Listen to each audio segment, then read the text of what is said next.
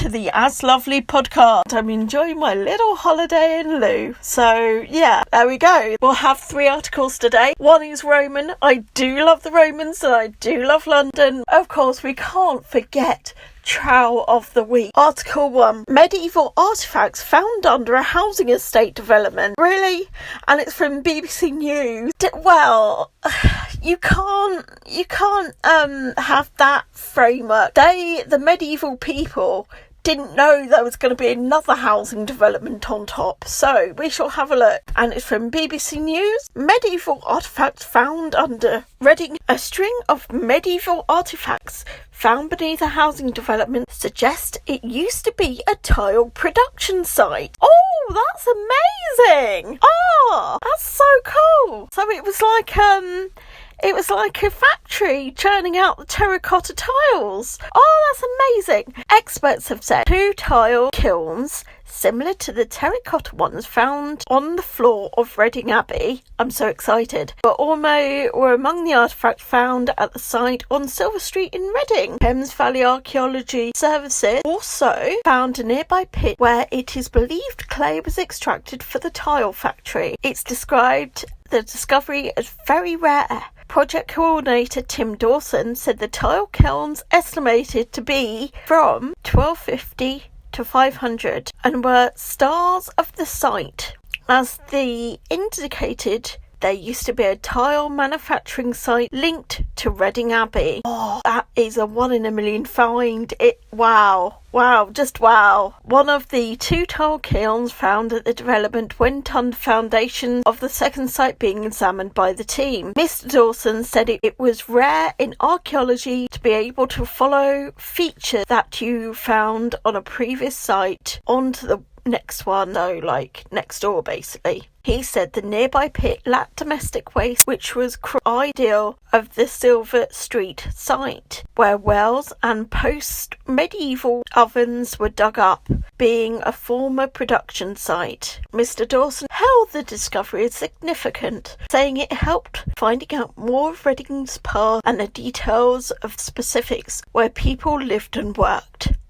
That is so cool. Around the same area there was a medieval knight buried from the same era. The grave and evidence of the 13th century monastery, 13th century, were uncovered to archaeologists and was called to an Edinburgh Old Town building site. Oh, so that is very cool. I am going to have a look and see. So yeah, basically it was a production site and it was a factory site, and it was basically like an industrial site today. Article 2 from the Metro newspaper or newspaper online. Ancient Roman temple unearthed below Kent building site. Oh, that is so cool. Oh, they're all so cool. Oh my god, they're all so brilliant. Okay, so ancient Roman temple unearthed below Kent building site. Historians had to stop a 2,000-year-old temple from being bulldozed by developers by offering to rebuild it in their village. The Romano-Celtic temple was unearthed by archaeologists, there we go, in April on a plot of land earmarked for a new housing development in Newton in Kent. They found rare coins, pots, as well as iron smelting kilns and foundations of the inner temple. So it's a church. It's basically digging up a church and everything that went in the church. The 18-acre site, wow, was found to be in exceptional condition and has been held as one of the most significant finds in the region of archaeology. Oh, that is amazing. They've shown pictures of a Roman pot. Literally, this Roman pot looks like, although it's a bit dirty, it looks like it could have been bought yesterday. Amazing. And the Roman coin, oh wow, it's shiny. It looks new, although there are Roman numerals, but we have them. But it does look shiny and it looks amazing, and it looks like, I shouldn't say this, but it looks like a reproduction. Oh, wow. Oh, lovely. There's a well. When the news of the finds became public, villagers were upset at the thought of them being buried again. We looked at how we could save the temple, recognising its unique, immense historic value to the village. Now the temple will be a physical reminder of Newton Long's and fascinating history. There are only 150 known sites of Roman temples in England, meaning those which are found are considered to be national importance. An exhibition of the excavations will be unearthed to the public in the village next month. So, yeah, they found this historic Roman temple that nobody knew was on the site, and they were going to build a housing estate on top of it. So, yeah, blocks of flats. And, yeah, they're going to rebuild it elsewhere, which is lovely. And they're taking all the archaeology from the site and putting it in the museum, which I very, very much approve of. Article number 2. Article number 2 comes from Greenwich. It comes from Greenwich, and it's newsshopper.co.uk. And I particularly like this one because it's World War II.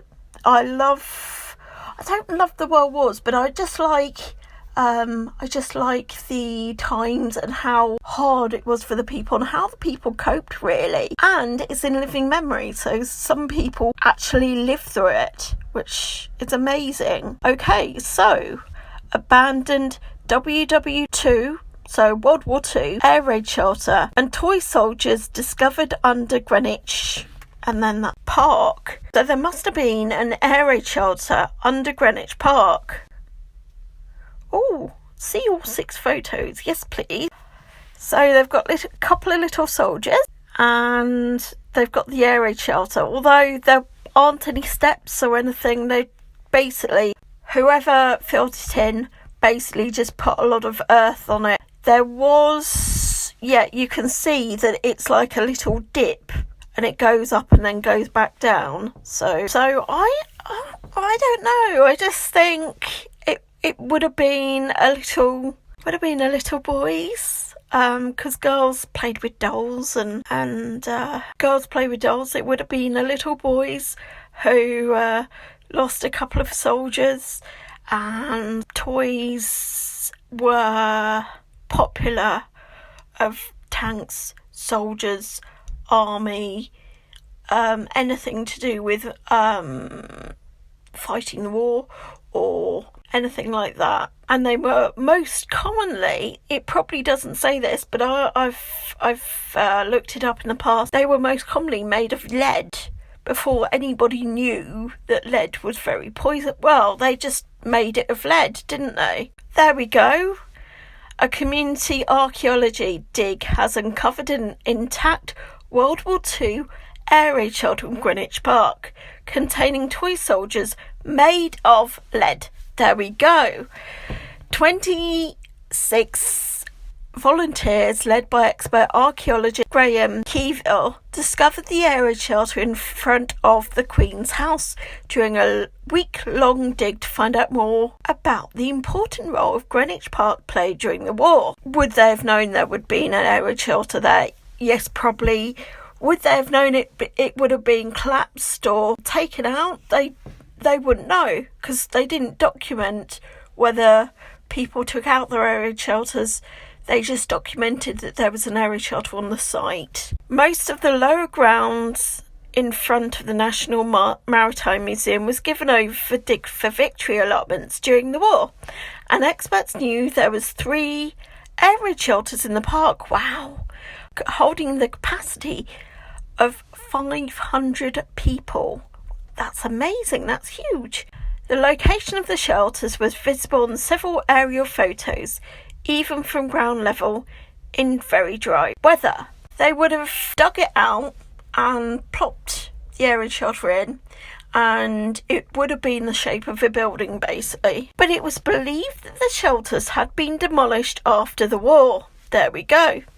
And that the marks were simply there from the backfill of the trenches. That happened to us. That happened to me in my back garden. We thought that our air raid shelter had gone, But apparently when I was little, the house where I grew up in had an area shelter in it, and there was like a big hill. And one day a lady came and visited, obviously, and she said, "Oh no, they didn't take the area shelter out. They just plopped some earth. They collapsed it, plopped some earth on it, and that's why you've got the hill there." So we had like a little hill on the back garden, and like a little what do you call it? A little like dip on the other side from where they'd obviously taken the earth from and put it over. So that was a Anderson shelter, I think. Anderson shelter, because the Morrison shelter was a tabletop one. Anderson shelter. After careful excavation of the earth, volunteers uncovered the prefabricated concrete walls and posts and ceiling beams of the main shelter, revealing the structure to an almost pristine condition. All that was missing was the roof, which is believed to have been removed so that the long concrete-lined trench could be backfilled after they no longer needed it, which was like my garden. Graham Keyville, Greenwich Park's archaeologist, said the dedication and determination of our great team of local volunteers was brilliant.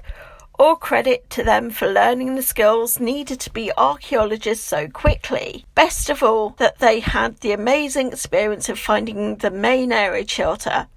It was incredible to see how well preserved everything was, and to be the first people to see inside it for 70 years. The discovery is extremely important, not only locally but nationally, as so many relics of the war have been lost since 1945. It is an exciting and a privilege for all of us, to reveal the shelter. But everyone's favourite find was made almost at the end of the last day. A few lead toy soldiers, probably from the Second World War, was found in the air raid shelter. We can't help but wonder who lost them. The team also found several prehistoric flint tools, a few pieces of Roman pottery, I love my Roman stuff, and a large amount of medieval pottery also. Helen Wallace, Greenwich Park Partnership and Community Engagement Team, said, "We've worked with dedicated team of local volunteers, and in just 1 week we've uncovered this incredible heritage. We can only imagine what other stories from the past are hidden, waiting to be explored." The community dig supports the Royal London Parks bid for the National Lottery and Heritage Fund for a multi-million pound proposal called Greenwich Park Reveal. One of the aims of the project is to uncover the park's hidden history and encourage to explore the lesser-known attractions of the park. That is in living memory. All I can say is that's in living memory. The children that were there will probably be the older people of today. It is an amazing find. So that's Article 3. Article 3 is that one. So now we have our trial of the week. Yay! We have our trial of the week. Oh my God. You couldn't. I am amazed. You can actually go and experience a Stone Age life. So this comes from British archaeology. The Out of Eden Stone Age Centre. And you can come and build a Stone Age house with us. This is their blurb anyway. Learn a new skill with our expert tutors, or just chill out and enjoy the site with plenty of different demonstrations going on, such as weaving or warp wade looms, making of bark and grass baskets, in addition to the main programme. Evening events include a session on prehistoric instruments, storytelling, and a talk on Mesolithic, Neolithic translation, firelighting, music and feasting. Amazing value, including food. So thought it's a fun type of thing that's kind of history based, and I'm just wondering where is the mobile phone's plug sockets? Where do you shower? First of all, is there a shower block? I would think it's probably a bit like camping in a different way. Yeah, probably not my style, but look, it looks quite funny, quite fun to do. So yeah, that's our trial of the week, that you could go and experience being a Stone Age person for the day and night. This is the end of the podcast. Please like, please share, please subscribe. I will see you in my next one. Take care. Bye.